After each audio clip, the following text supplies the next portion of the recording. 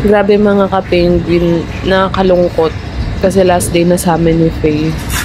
Ayan o, nililigpit na ni Pingo yung mga gamit niya sa likod. Alam mo yun, nakakalungkot pero no choice ka. Ano, tignan mo, nangaasar pa si Pingo. Kasi kanina pa ako malungkot. Kasi nga last day na ni Faye. Ganun siguro talaga pag ano, no? Pag napamahal na sa'yo yung gamit. Sok. Doon na, sabi na siya. Umiyak ka dyan. Diyan ka. Bye-bye, Faye. Ha? Bye-bye ka na. Alis na, sige na, alis na ka. Wala ka?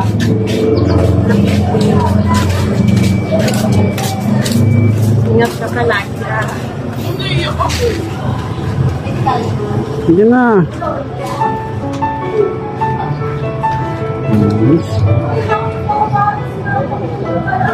Saan dito?